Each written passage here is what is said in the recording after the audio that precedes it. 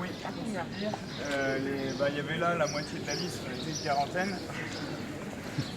Ils ont abandonné. Non, mais vous pouvez pas demander à vous imaginer, les gens qui travaillent, etc. Moi j'ai terminé mes cours, donc j'ai la chance de pouvoir avoir du temps pour mener campagne. Mais sinon, on est entre 3 et 5 par étape. D'accord, c'est tous les avec tous les jours. Alors moi j'ai pris 2 étapes de répit depuis le début, parce que ça fait, là on est au 20e jour. Comment vous faites? Comment vous organisez? Vous leur mettez pas en place? Voilà, c'est les militants, c'est des gens qu'on rencontre de santé du tour, de rencontrer à la fois des athlétiques. Allez-y monsieur, hein. Vous pouvez en prendre. Hein. Dans le projet qu'on propose au niveau régional. Je pense par exemple. Ah non, c'est une première régionale et nationale.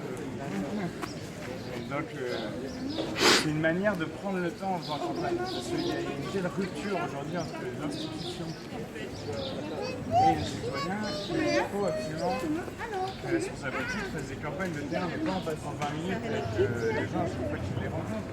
Et donc nous on a pris le temps, on échange vraiment longuement à chaque journée.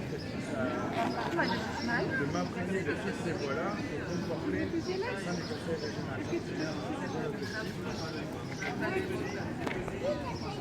C'est de la voie, voilà, des citoyens.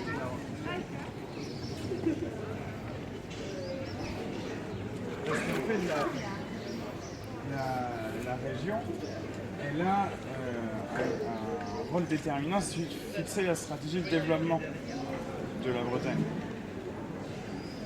Et de ce point de vue-là, il est impératif d'arriver à une conversion qui soit créatrice d'emplois et qui cesse la destruction de notre environnement.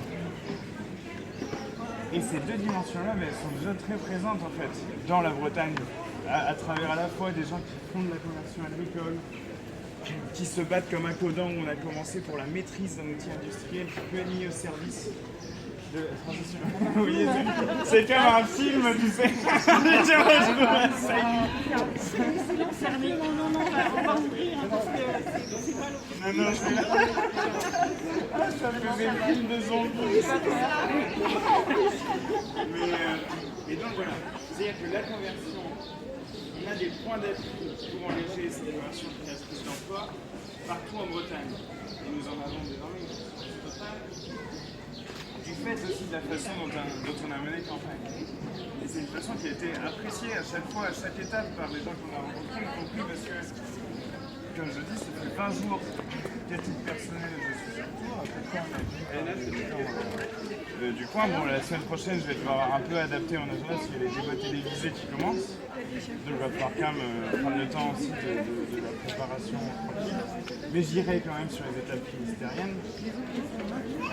Sur plusieurs étapes ministérielles. Alors aujourd'hui, on a à 17h30 dans la salle, comment tu disais, L'espace 50. Voilà, on va dire une réunion publique ouverte à tous autour des algues vertes, des dunes de Lannion, justement d'un modèle agricole alternatif avec une agricultrice qui va nous témoigner. Et bien entendu, je présenterai aussi la perspective politique que nous défendons. Parce que ce que je ne cesse de dire, c'est que nous sommes le seul bulletin de vote clair dans cette élection. Le seul bulletin de vote clair, puisque nous nommons les obstacles à cette conversion. Il s'appelle FNSEA, Crédit Agricole Triskalia. Et ce n'est qu'en s'émancipant et en émancipant le conseil régional de ce lobby agro-industriel qu'on arrivera à engager une transition positive et créatrice d'emploi. Oui, c'est vrai, maintenant il s'est appelé Reden, mais je dis Triskalia, c'est comme le Front National qui s'appelle RN. Ils essayent de changer. Le Reden, faut porter. Et hier à Guingamp, j'ai rencontré les ouvriers de Triskalia qui ont été empoisonnés par cette entreprise. Il faut se rendre compte du scandale, parce que certains d'entre eux ont été licenciés après avoir été intoxiqués, puisqu'ils refusaient le reclassement. Et les reclassements qu'on leur proposait étaient des reclassements où ils allaient continuer à être exposés à des produits dangereux, là où ils ont développé une hypersensibilité qui fait que ça peut les envoyer à l'hôpital directement s'ils sont exposés aux produits phytosanitaires. Donc voilà, il y a un enjeu massif à la fois sur le plan de la création d'emplois, de la qualité des emplois. Parce que dans mon tour, j'ai aussi rencontré les ouvriers de l'agroalimentaire. Et je défie aujourd'hui quiconque, un responsable politique ou un journaliste, je ne parle pas de vous, je parle aussi des acteurs de télé, de me dire de faire le chantage à l'emploi dans l'agroalimentaire. Parce que quand on rencontre des gens qui ont un tout petit peu plus que mon âge, qui ont déjà une ceinture lombaire et qui vont finir le corps complètement cassé, ou Brigitte qui a vitré à la SVA, vient de se faire opérer des hanches, s'est déjà fait opérer du canal carpien, les épaules bousillées, on se dit que quand même il y a sans doute autre chose à faire pour faire de l'emploi qualifié, bien payé, et qui serve aussi à la transition. Si on prend les abattoirs, on peut en faire des plus petits par exemple. Et c'est une demande aussi d'une partie du secteur agricole. Donc, le plus petit est plus dense en emploi, un peu partout. Et il y a donc un enjeu, c'est vraiment l'enjeu social et écologique qui forme un tout. Il est inséparable de la question du pouvoir à la région qui ne doit plus être entre les mains du lobby agro-industriel.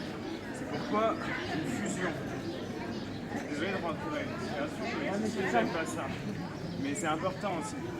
Une fusion avec le Parti Socialiste et Loïc Chénez-Girard, le président sortant, non seulement n'est pas envisageable pour nous, mais elle ne devrait pas l'être pour les Verts, puisque sur la liste de Loïc Chénez-Girard figure Loïc Hénaf.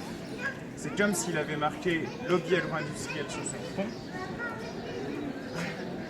Et la rhétorique qui ne cesse de vanter de la complémentarité des modèles est en réalité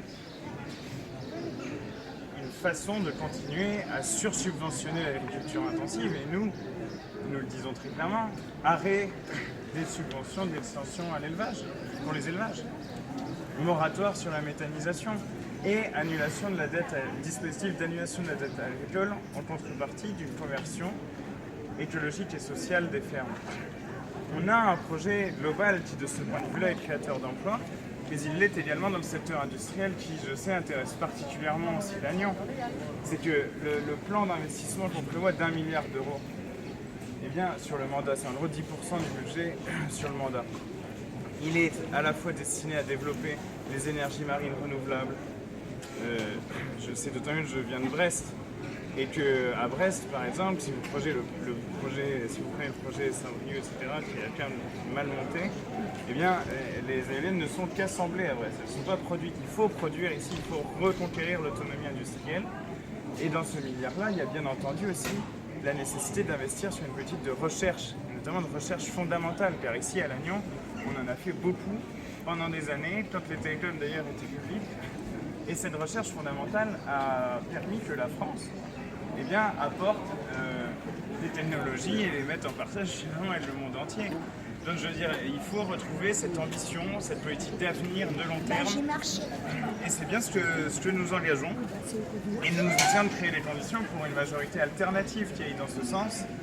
Et donc nous alertons, franchement, aujourd'hui j'alerte l'Europe Écologie Verte. S'ils pensent s'en tirer avec une fusion avec le Parti Socialiste, les citoyens ne seront pas du coup. Quand c'est marqué Loïc Hénaf sur la liste, ça va pas. Ça fait peut-être du bon pâté, mais ça fait pas une bonne politique écologique. Excusez-moi d'en revenir à des choses plus terre à terre. C'est quoi la prochaine étape? Oui, oui. C'est important. Pouvoir, pas de souci. On va à Morlaix. Ah bah oui. Oui. Non, pas de souci. On va à Morlaix. Vous faites des actes entre dans les villes des arachides. Voilà, c'est ça. Là, cet après-midi, on va peut-être voir des gens du Carré Magique. Ça reste à voir. On va voir le pôle réseau communication aussi de réseau image, voilà. Je te laisse, je viens. Donc, on va aller les voir comme moi, on va présenter exactement. Et ce soir, par exemple, il y a Yves-Marie Lelay, qui est un spécialiste terme très connu en Bretagne de la question des ailes de verre, qui va nous parler de cette question. Sachant que sur notre liste, et la section départementale des Côtes d'Armor, on a également André Olivreau, qui est un combattant historique sur cette question. Et ici, bien Bérangère, et la deuxième de la liste, qui est un fils d'une énergie incroyable, mais qui elle aussi a une énergie incroyable, et qui donc sera prête à former le groupe insoumis qu'on souhaite constituer au Conseil régional pour peser dans le sens et de Plumeur. C'est la locale de l'État. Je suis pas là. Non, mais je dis que voilà, tu es la candidate.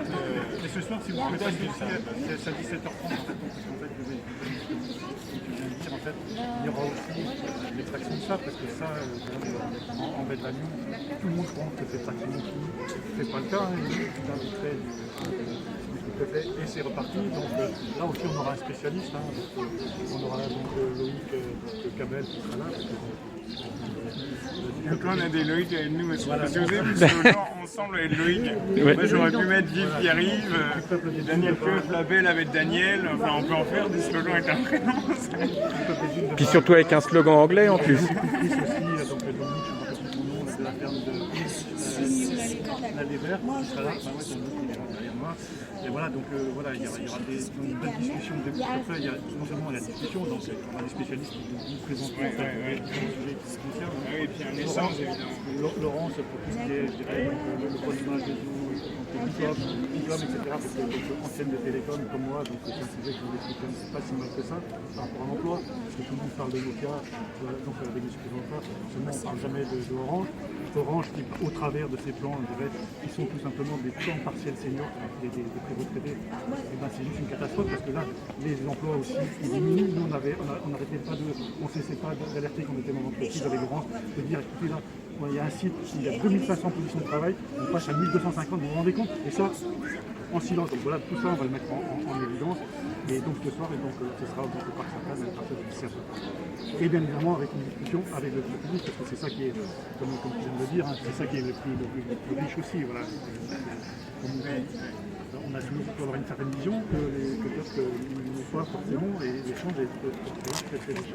Et je vous le dis comme ça, un peu par parenthèse, c'est rien de chance de noter ça, mais il faut se rendre compte, j'en parlais hier avec les syndicalistes qui ont défendu les autorités textilières, que la première personne que vient voir un préfet nommé en Bretagne, c'est le patron de Triscalia. C'est la première rencontre, premier rendez-vous. Parce qu'on peut dire, alors là, ils délirent avec leur truc de lobby agro-industriel. Non, il y a un pouvoir quand même considérable de cette entreprise quoi, qui a des influences politiques énormes. Alors ce qui est marrant, c'est qu'il ne se cache plus maintenant. Le fait qu'ENAF soit sur la liste socialiste est quand même une sorte de reconnaissance absolue de l'influence, c'est pas grave, on y va. Donc voilà, on essaye de refaire de la vraie politique, c'est-à-dire avec les gens en commun, c'est ça le Tour de Bretagne, et puis avec des perspectives politiques. Hier, j'ai discuté avec les patrons pêcheurs aussi à Saint-Quay-Portrieux. Bah voilà, c'est les patrons pêcheurs, on n'est pas forcément d'accord sur tout, parce que moi je peux, voilà, pêche soutenable, locale, on essaye de réduire les tailles des flottilles, c'est pas forcément le truc. Mais au moins, ils savent qu'on a une perspective politique, certes pas la leur, mais solide, cohérent de pensée. Alors que les autres, maintenant, c'est alors vous voulez quoi? Oui, on va se faire ça. C'est pas ça la politique, quoi. C'est pas... bref. Bon, alors par contre, c'est embêtant que le vélo soit pas là. C'est ce que j'allais dire. Ah, pour prendre une photo avec les vélos Ah ouais, Ils sont à 5 minutes à pied. au Parc Sainte-Anne. Vous voulez qu'on... Où on descend tous ensemble. Ouais, oui, ouais. Parce que si on annonce un Oui. tour de Bretagne à vélo, Ouais. Il faut appeler les autres.